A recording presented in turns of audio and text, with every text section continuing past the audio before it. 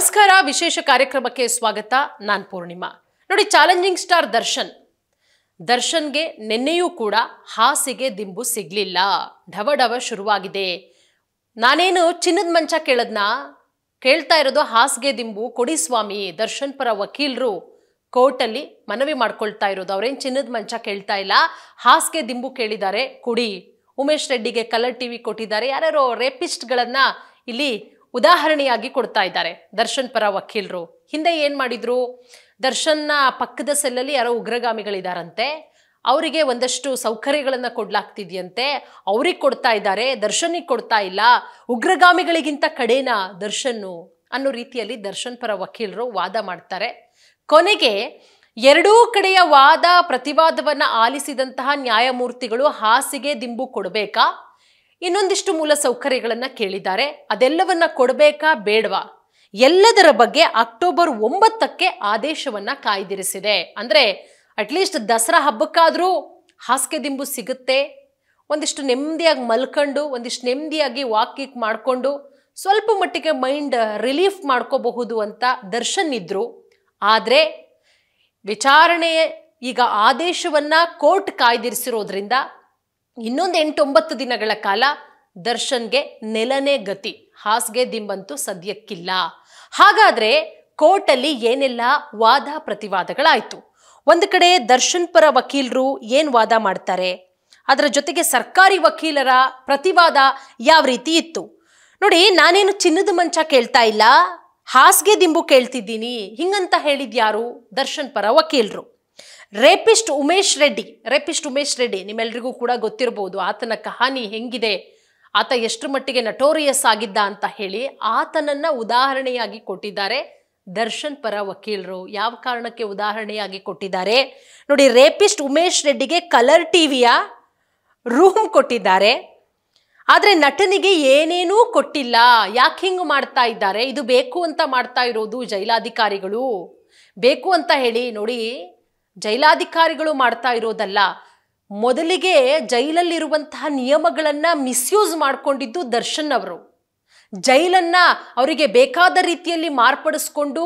resort ಆಗಿ ಮಾಡ್ಕೊಂಡಿದ್ದು ದರ್ಶನ್ ಅವರು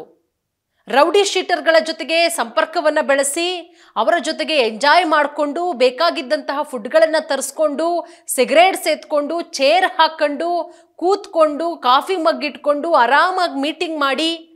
ರೌಡಿ ಶೀಟರ್ಗಳಿಗೆ ವಿಡಿಯೋ ಕಾಲ್ನ ಮಾಡೋದ್ರ ಮುಖಾಂತರ ಇದೇ ಬಳ್ಳಾರಿ ಜೈಲಿಗೆ ಎತ್ತಂಗಡಿಯಾಗಿದ್ದು ದರ್ಶನ್ ಈ ಕಾರಣದಿಂದಲೇ ಬೇಲ್ ರಿಜೆಕ್ಟ್ ಆದಂತಹ ಟೈಮಲ್ಲಿ ಕೋರ್ಟ್ ಕಟ್ಟುನಿಟ್ಟಿನ ಹೇಳಿಕೆಗಳನ್ನ ಕೊಟ್ಟಿತ್ತು ಇಲ್ಲ ಯಾವುದೇ ಕಾರಣಕ್ಕೂ ಕೂಡ ಮೂಲ ಸೌಕರ್ಯಗಳನ್ನ ಕೊಡಂಗಿಲ್ಲ ಜೈಲಲ್ಲಿ ಏನ್ ರೂಲ್ಸ್ ಇದೆ ಅದು ದರ್ಶನ್ಗೆ ಫಾಲೋ ಆಗಬೇಕು ಇನ್ ಕೇಸ್ ನೀವೇನಾದ್ರೂ ಫಾಲೋ ಮಾಡೋದನ್ನ ಬ್ರೇಕ್ ಮಾಡ್ತೀರಾ ಅಂತ ಹೇಳಿದ್ರೆ ಸಂಬಂಧಪಟ್ಟಂತಹ ಅಧಿಕಾರಿಗಳ ವಿರುದ್ಧ ಜೈಲಾಧಿಕಾರಿಗಳ ವಿರುದ್ಧ ಮುಲಾಜಿಲ್ದೆ ಕ್ರಮ ತೆಗೆದುಕೊಳ್ಳಾಗತ್ತೆ ನೋಡಿ ಅಂತ ಹೇಳಿ ಹಾಗಾಗಿ ಮೂಲ ಸೌಕರ್ಯಗಳನ್ನ ಕೊಡ್ತಾ ಇಲ್ಲ ನೋಡಪ್ಪ ಏನಿದೆ ಅದು ನಾವು ಕೊಡ್ತಾ ಇದ್ದೀವಿ ನಮ್ಮ ಕೈಯಲ್ಲಿ ಏನೂ ಆಗಲ್ಲ ಕೋರ್ಟ್ ಆದೇಶ ಕೊಡುತ್ತಾ ಓಕೆ ನಾವು ಅದನ್ನ ಪಾಲನೆ ಮಾಡ್ತೀವಿ ಅಂತ ಹೇಳಿ ಹೀಗಾಗಿ 2-3 ಸಲ ಇದೇ ಆಗಿದೆ ದರ್ಶನ್ ಅರ್ಜಿ ಸಲ್ಲಿಸ್ತಾರೆ ನಂಗೆ ಹಾಸಿಗೆ ದಿಂಬೇಕು ನನಗೆ ಬೆನ್ನೋವಾಗಿದೆ ಅದಾದ್ಮೇಲೆ ವಿಡಿಯೋ ಕಾನ್ಫರೆನ್ಸ್ ಮುಖಾಂತರ ಬಂದು ಸ್ವಾಮಿ ನನಗೊಂದು ತೊಟ್ಟು ವಿಷ ಕೊಟ್ಬಿಡು ನನಗೆ ಆಗ್ತಾ ಇಲ್ಲ ಚರ್ಮ ರೋಗಗಳು ಶುರುವಾಗ್ತಿದೆ ಕತ್ಲೆ ಕೋಣೆಯಲ್ಲಿ ಕೂರಿಸಿದ್ದಾರೆ ವಾಕ್ ಮಾಡೋದಕ್ಕಾಗ್ತಿಲ್ಲ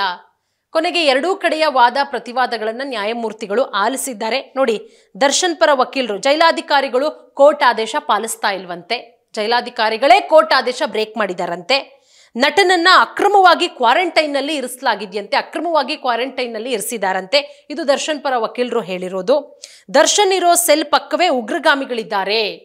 ನೋಡಿ ಹೇಳಿರೋದು ಅವ್ರಿಗೊಂದಷ್ಟು ಸೌಕರ್ಯ ಕೊಡ್ತಿದ್ದಾರೆ ದರ್ಶನ್ ಉಗ್ರಗಾಮಿಗಳಿಂದ ಕಡೆನಾ ಅಂತ ಹೇಳಿ ದರ್ಶನ್ ಪರ ವಕೀಲರು ಹೇಳಿರೋದು ಅದಕ್ಕೆ ಸರ್ಕಾರಿ ವಕೀಲರ ಪ್ರತಿವಾದ ಯಾವ ರೀತಿ ಇತ್ತು ಕ್ವಾರಂಟೈನ್ ಸೆಲ್ ಕೂಡ ಜೈಲಿನ ಒಂದು ಭಾಗವೇ ಅದು